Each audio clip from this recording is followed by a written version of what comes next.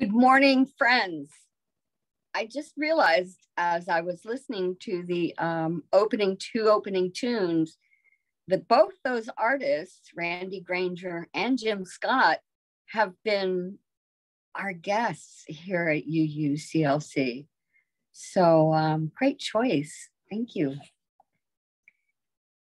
Welcome to Unitarian Universalist Congregation of Lake County. We are an inclusive, non-creedal fellowship that works for a just community and fosters a lifelong search for personal spiritual fulfillment. I am Susie Lockwood, and I'm so honored and happy to be here today to be your service leader, and want to welcome back our guest speaker, the Reverend Byrd Tetzlaff. And we always enjoy you, Reverend Byrd. As always, we will begin with our announcements, and I will begin with our usual few. Please remain muted unless called upon to speak. A reminder that the service is being recorded, although we do not record the portion of sharing joys and concerns, nor the discussion period at the end of the service. If you've missed any of the services or would like to share with friends, you can find them on our UUCLC YouTube channel. Just go to YouTube and in search, type in UUCLC office, and there we are. You can also find the link in our weekly bulletin and the communicator. Speaking of the weekly bulletin and communicator, please make sure you check out all the other announcements and also the many group activities and goings on here at UUCLC via Zoom. I also suggest that you become familiar with the chat box. You can use it to share a joy or concern if you find the words are too tender to speak, and it will then be shared to the congregation. You can also use the chat box to make a donation to UUCLC. It will have the link in the chat box to make the contribution, and we will bring you more ways, information on how to donate later on in the service. Does anyone else have any announcements here this morning?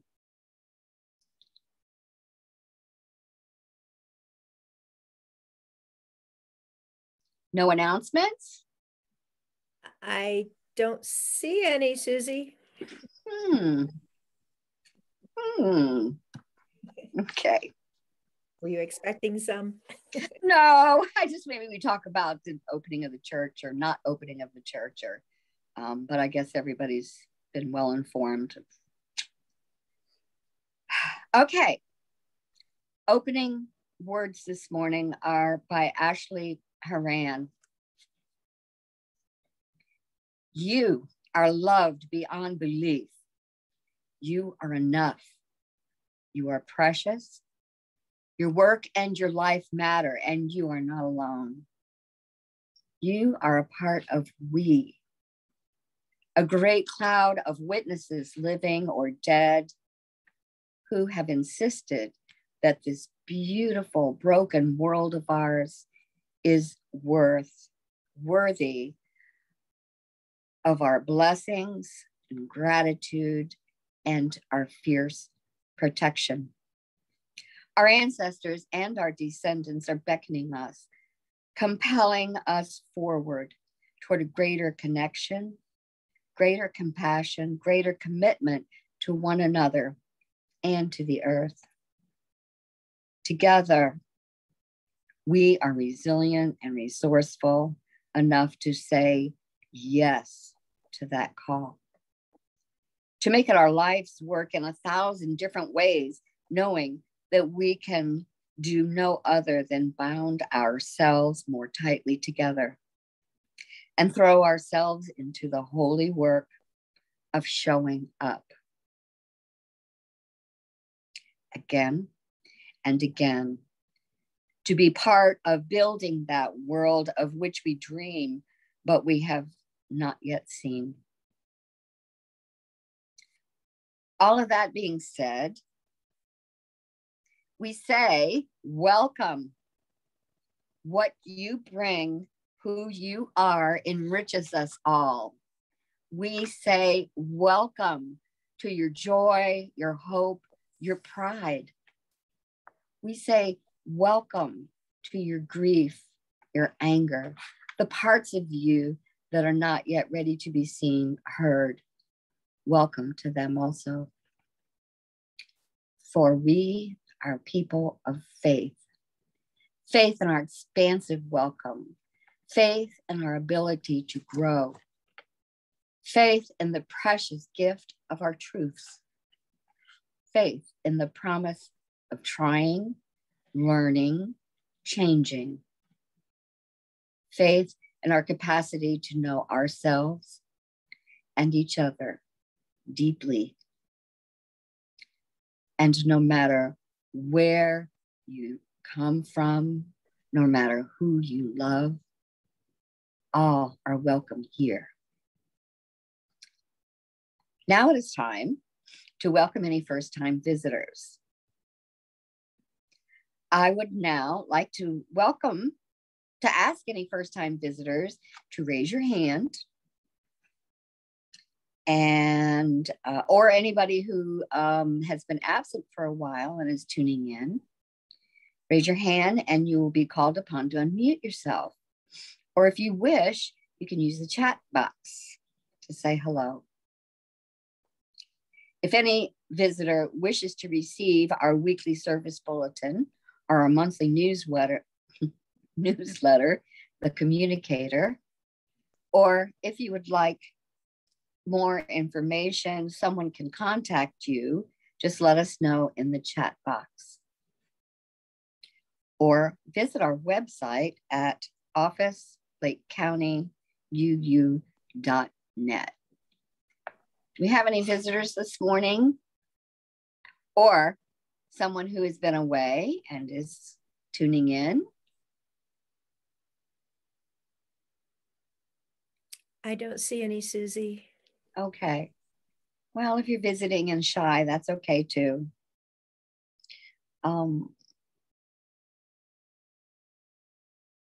Just tune into the chat box and let us know that you were here. Thank you.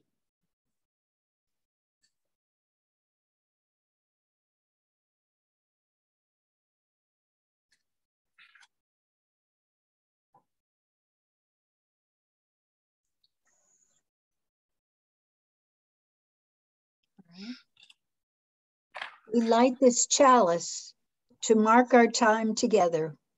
Even though we are online and not face to face, we are in fellowship.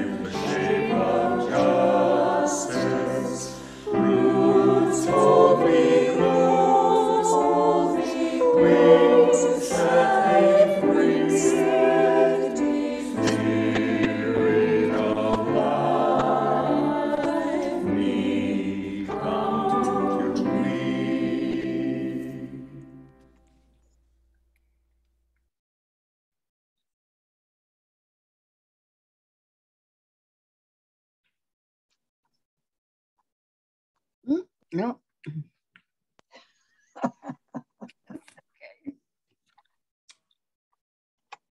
We now make time for sharing our joys, concerns, sorrows, our set an intention for the coming days. Again, this part of our service is not recorded.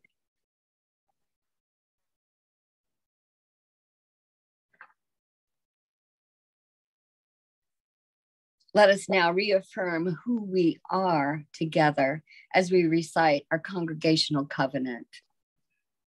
Love is the spirit of this church, and service is its law. This is our great covenant, to dwell together in peace, to seek the truth in love, and to help one another.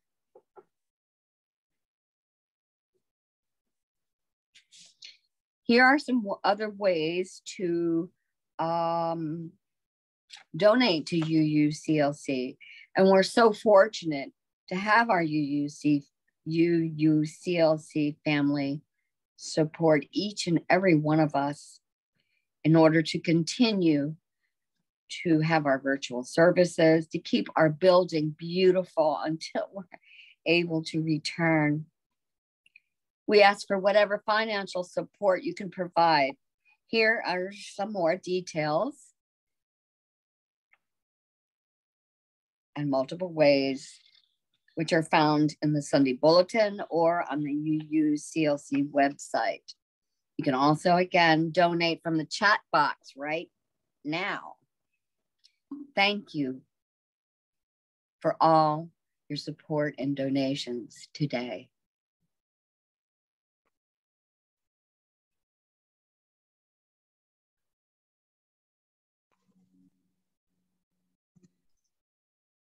The following was written by Dr. Richard Halverson. He lived from 1916 to 1995. He was the chaplain to the U.S. Senate. In the beginning, the church fellowship of men and women centered on the living Christ. Then the church moved to Greece, where it became a philosophy. Then it moved to Rome, where it became an institution.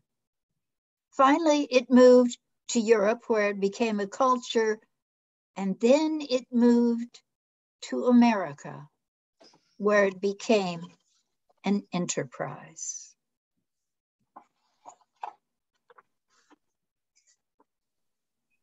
Join with me now, if you will, for a moment of meditation. Relax. Gather yourself. Become aware of your breath. Breathe tension out. Breathe in calm. Know your own peace.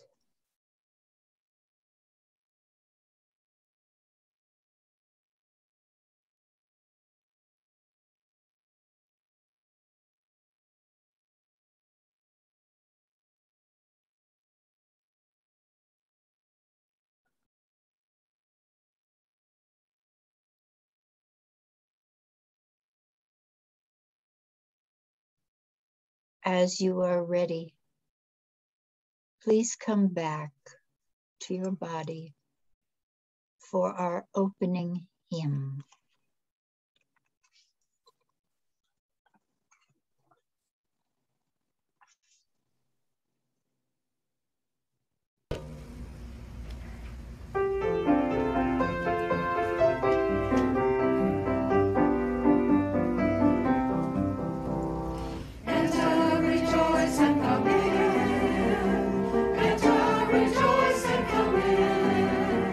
Today will be a joy.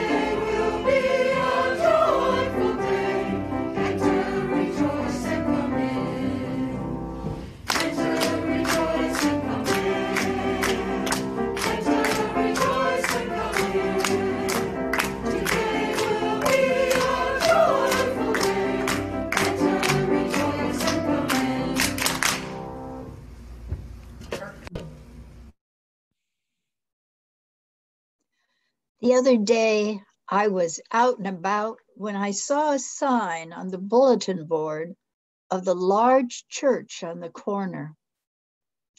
It said, "Last service this Sunday." On exploring, I found out that indeed that church is closing down altogether. They're selling the building. They could not survive the pandemic. That saddens me. It's not my church, but it saddens me. Lots of churches, mainline and other words, are closing because of the pandemic. It is estimated that 1 out of 5 churches, congregations, are shutting down. And the changes may well be permanent because people will probably not return. And those congregations which do survive may very well be very much smaller, which will make it that much harder to continue. Sadly, these days, political rhetoric has taken the place of theology in many homes. An appeal to ethics comes from political expediency rather than ethical values. And that really bothers me more than I can say. Back in the 1980s, when I was in seminary, we were already concerned about the future of our movement. Our numbers were staying the same while the population was growing, and the culture was changing rapidly. Broken homes, children without a fixed abode, a highly mobile population. Where does a church fit into all of that? What's next? Can Unitarian Universalism survive? It did seem that we did offer one thing: community. And let us not downplay the importance of community. In a society where families live far apart from one another, community is becoming increasingly important. But is it enough? Can a church complete with sermons and ministers be as viable as a country club, for instance? Well, I have to take a moment here to plug sermons. I see great value in them. I love them, both giving and hearing. I am often inspired by the wisdom of others. People bring up things I've never thought of. I can get really excited and stimulated by a good sermon. And I believe in the value of gathering together as a congregation, partly because of the personal support a community can offer, and also because we can do so much more together than we can as lone individuals. I know most UU churches now are talking about including some sort of Zoom component when we do start to gather again in person. And I am strongly in favor of that. It brings in folks who may be bedbound or far away. But oh, to be able to meet face to face, to share potlucks, to hug hello, I have missed that. When I move to a new community, the UU Church is the first place I look to begin to make new friendships. And friendships are so much easier to begin in person. And of course, I really value a good minister who cares about the congregation, who connects us to our heritages and brings the congregation into a wider community, and vice versa. I'm in favor of churches and spiritual communities of all sorts, but we may have to change forms in the ways that I cannot even imagine. But that's not necessarily a bad thing. Our congregations offer one thing a country club cannot: diversity. In a UU church, all are welcome. And that's really a bit amazing. As UUs, we don't care if you're atheists, deists, or pagans, straight, bi, or gay, Democrat, Republican, or Libertarian, married, single, or partnered, rich, poor, middle class. We don't care about race or cultural backgrounds. We see that as interesting and fun. Our communities are made up of flawed, imperfect, but interesting and marvelous human beings from all ages and walks of life. We have different beliefs and different lifestyles, but we share the values of tolerance, acceptance, the worth and dignity of every individual. No community club can offer that, nor do they offer the spiritual component, that exploration of what might be. It takes a spiritual community to do that.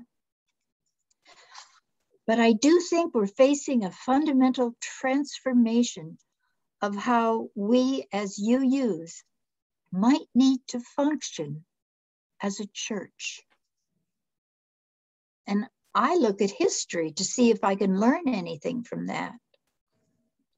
In this country, the first white people came here partly out of pique because they wanted to enforce their religious understandings on others and were not allowed to do so. They figured they'd have a better chance in the new world at forming their perfect utopian communities.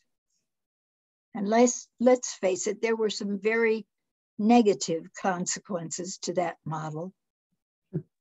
But there was also some good stuff. Their vision of community helped them survive in a hostile environment. And when some of the congregations morphed into Unitarians, and when they were joined with the Universalists and the Quakers, their religious vision began to expand their notion of community so that it was not just their little congregation, but it included everyone, especially those who needed it most. Religion at that point began to offer something of great value, a value which still affects us today. You see, religion became the starting point for every social reform I can think of. Social justice movement began in the religious ethics of the people. And a huge amount of that was from our own UU movements, because we believed that it was our job to make this world the best it could be. The reading this morning claimed that American churches have become enterprises. An enterprise is a business. And the pandemic is a speed bump in American history, especially in the economic realm. Our children and grandchildren will talk about it the way our forebears talked to us about the Great Depression. How many businesses have closed down and will close down because of the pandemic? Restaurants, churches, theaters, small businesses of all sorts have taken a huge hit from the pandemic. Many will not survive. And it does affect churches. There is a real question if congregations can weather this storm. But I wonder, should we mourn the death of a business church where the energies are focused on raising money for buildings and personnel and programs just for the congregants? Don't get me wrong. I am firmly in favor of paid ministers and buildings that we can use in a host of different ways. But what if we take advantage of our current situation where we have to rebuild and do it in new and vital ways, where we experiment in models of leadership and reach out to others as a regular part of our spiritual journey? This week, I learned a new word, and forgive me, I'm going to struggle with it. Omphaloskepsis. Omphaloskepsis. It means being so self-absorbed that one is oblivious to the needs of those around us. Now, I maintain that spirituality has a large component of self-awareness, and that is healthy. But it should not exclude being aware of the needs of those around us. True spiritual growth goes inwards, and then as a natural result, reaches out to others. This is true of individuals, and I maintain it is also true of congregations. Social justice grows out of community, a sense that community is not limited to just those around us. And it will take a different form for every congregation because each one of our churches is different. We face different issues. We care about different things, and that's all to the good. It has been said culture has influenced the church more than the church has influenced culture. Let me try that again. The church has, one more time, culture has influenced the church more than the church has influenced culture. But I would say that is not true of Unitarian Universalists. Quite the opposite. We have changed culture much more than our numbers would justify. We have changed this country. We were the movers and shakers. We led the fight for so many important changes. When you look at our history, yeah, we do talk about people. We talk about ministers usually. But what we are most known for is not the personal history of our two movements, but for the social changes we worked for our country, and for the world.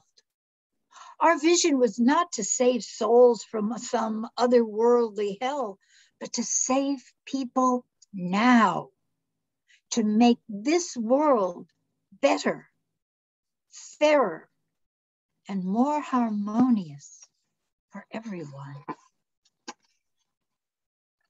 I believe that if we wish Unitarian Universalism to continue past this pandemic, far into the future, if we wish our movement, our values to be here for our children, grandchildren, and great-grandchildren, we must be highly intentional in what we do. We need to take a serious look at why are we here? What are we about? What do we support? Do we have a country club mentality where we mainly think about our own?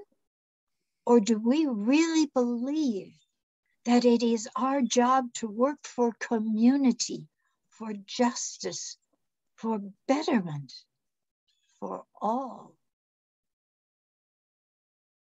I believe that as Unitarian Universalists, we need to offer two different and highly compatible components for the future, and one feeds the other. In order to survive, we must offer community, because that is vital and often not found elsewhere in our culture. But true community inspires some sort of social justice, because what that really is to recognize humanity in others. It is to live our values. I believe those two things are our reason to be. I'd like to remind you of our very first action of social justice. Remember when King John Sigismund held a grand debate back in 1568 to see which religion would be the official church of his country? Remember that the Calvinist was standing in the wings when he saw the Unitarian Francois David waiting for his turn. And the Calvinist turned to David and said, "If I win this debate, you and yours will be burned at the stake." And David replied, "And if I win this debate, you will be allowed to practice your religion." You know that story. I've told you that story before. That is our history. That is living our values. We said we don't have to kill someone just because they have a different worldview than we do, even if they want to kill us. That was monumental. I don't know where they found the courage to even think that. Acceptance. Here in the United States, we were pioneers in abolition, in women's rights, Native American rights. We pioneered healthcare for the mentally ill and insisted on caring treatment for the insane.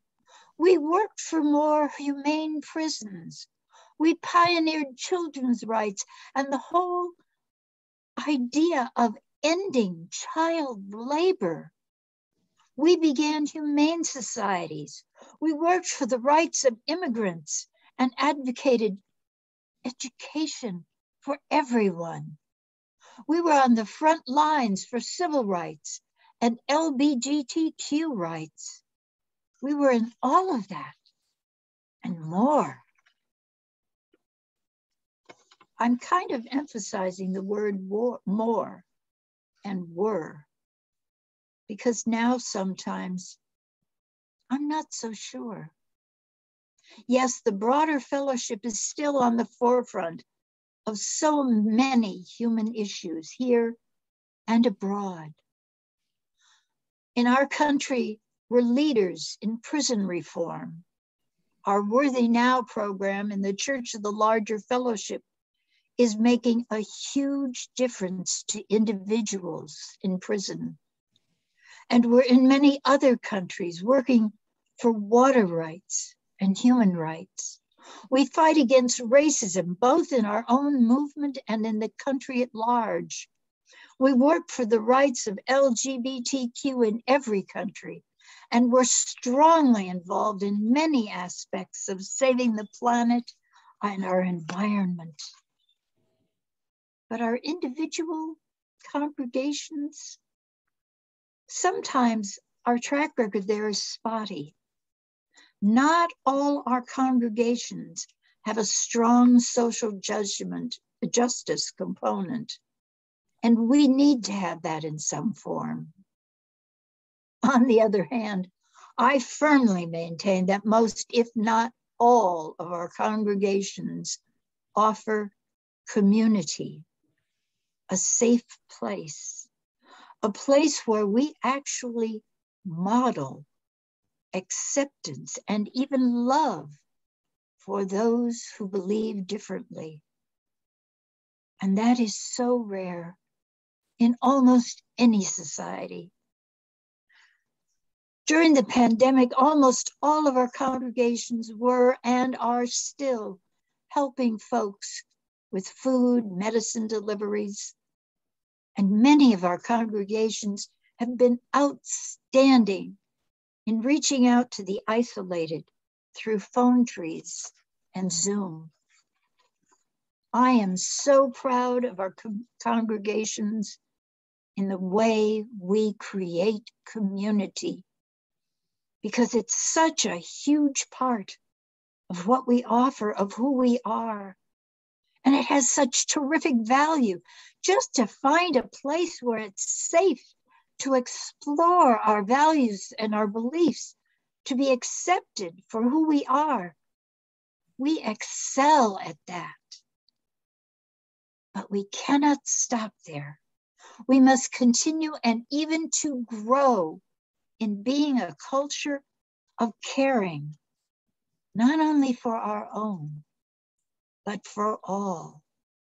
There is still so much to be done, and we as a movement and as individual congregations must be intentional, both in creating community and as a natural outgrowth, being involved in the larger issues.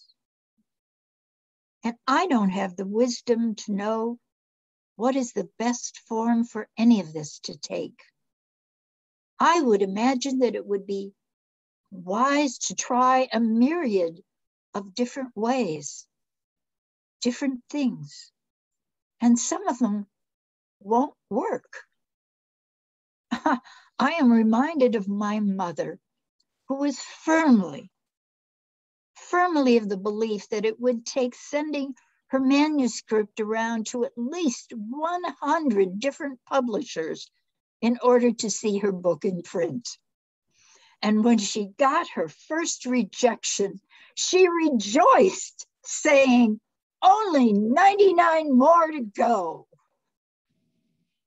And that is what we must be like, trying 100 different ways to live our values, both personally and as congregations. And if something doesn't work to our satisfaction, we can smile and rejoice, knowing that we only have 99 more ways to try. We can do this. We can be here for future generations, helping promote our values.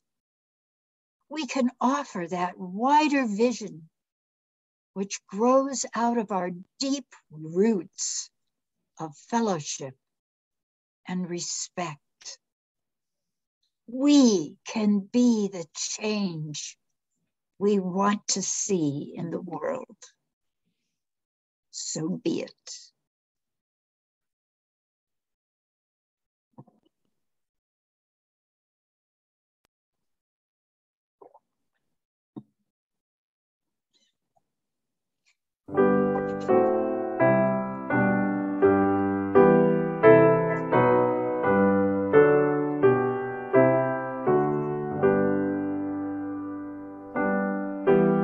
Where is our holy church, where race and class unite as equal persons in the search for beauty, truth, and right?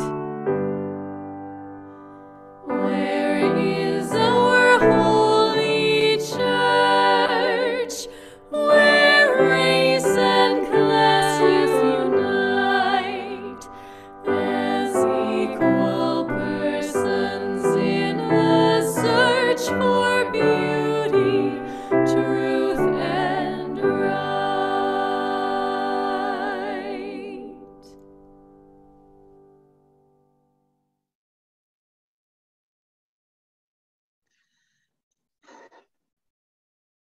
I believe we, as Unitarian Universalists, have so much to offer.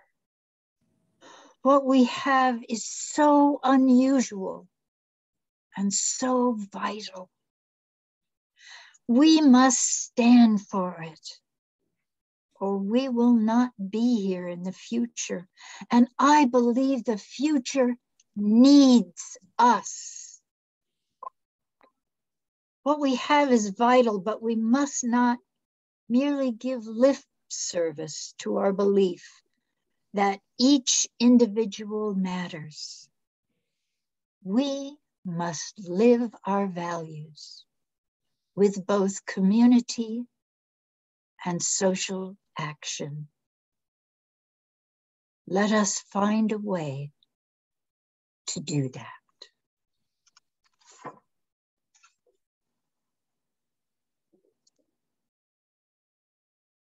As we extinguish the flame from our chalice, let us remember that the community we build here is valuable beyond belief, and we are each a part of it. Take it in to your hearts and minds.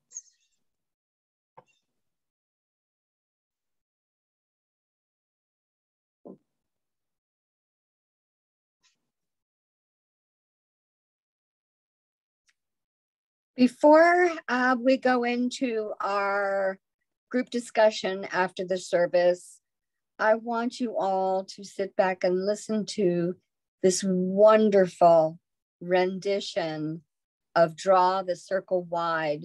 And I want to thank our music guru, Kit Tatum, for finding this wonderful version.